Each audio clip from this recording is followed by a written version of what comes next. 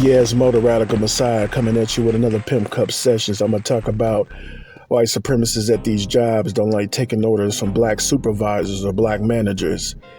I noticed that in some of these jobs I didn't work at, and noticed that some of these places I go into and do some shopping at, if a black person is in charge and they have some white employees that's up underneath them, they don't like taking orders. They be talking all kind of mess and don't listen and telling the black supervisor what they're going to do, what they ain't going to do. It's a different dynamic when a black person is in charge and a white person is up underneath them. The roles have changed somewhat. On the plantation was the white person, the white supremacist plantation owner telling the black slaves to do everything. Now the roles have reversed. And these white supremacists don't like that stuff. They don't even like taking orders from black people. A black person tell them what to do, they ain't even listening. So they don't even respect black people. They don't even respect them to take orders from them. That's the crazy part about these white supremacists. They don't respect nobody black. Even the black person is in the supervisor role over them. They don't even respect them. These white supremacists are very degenerate, man. And I've noticed that too with these other immigrants, these Hispanics and these Asians and these other groups. They don't like taking orders from black people either. So, they get very hostile when a black person is in charge. And then when the black person, the black manager, the black supervisor ain't around, they start talking all kind of mess behind the black supervisor back. And it's just crazy, man. So I just want to shine light into that, in that situation where these white supremacists don't like taking orders from black people. And I noticed that, man, the white supremacist man, the white supremacist woman, they don't like taking orders at all. It seems like they get bent out of shape when a black person is above them.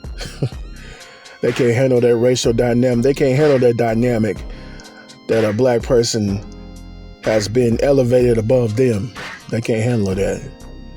So, I just want to shine some light into that, man, to let people know that some of these jobs, these white supremacists do not like taking orders from black people, taking orders from the black supervisor, And, I see that stuff all the time, man. It's like, look, these people can't sit there and take orders from a black person. That's insane. Because all that damn white entitlement and we live in a system of white supremacy and all that white privilege, these folks, they can't even sit there and take orders from a black person. They can't do it. It's like something they just can't do. It's something against their will or something they can't do. It's hilarious, man. But if you're a black person and you're a supervisor at a job, you got some white employees, some Mexican employees, some Asians up underneath you, just peep what they be saying, man, and know that they talking mess behind your back when you leave the job, man. So you just, if you're a black supervisor, just get rid of them. Get rid of these white and these white or these non-white employees that don't want to listen. They don't like taking orders from nobody black. Screw them. Just let them know, hey, you gotta go find you another job, man. I'm the boss at this place. What I say goes. If you ain't gonna be able to follow in line, then you can kick rocks. And that's how you got to be with these white supremacists at these jobs. You got to check some of them. Because I had to check a couple of white supremacists at some of these jobs. I was the head person at some of these jobs, or the assistant person at the job, assistant manager, or some of these white and these Hispanic employees up underneath me. They act like they don't want to listen to what the hell I got to say. Then on top of that, they trying to tell me what the hell I need to do. So I had to check a couple of them some years ago and let them know, look, I'm your boss. You listen to what the hell I tell you to do.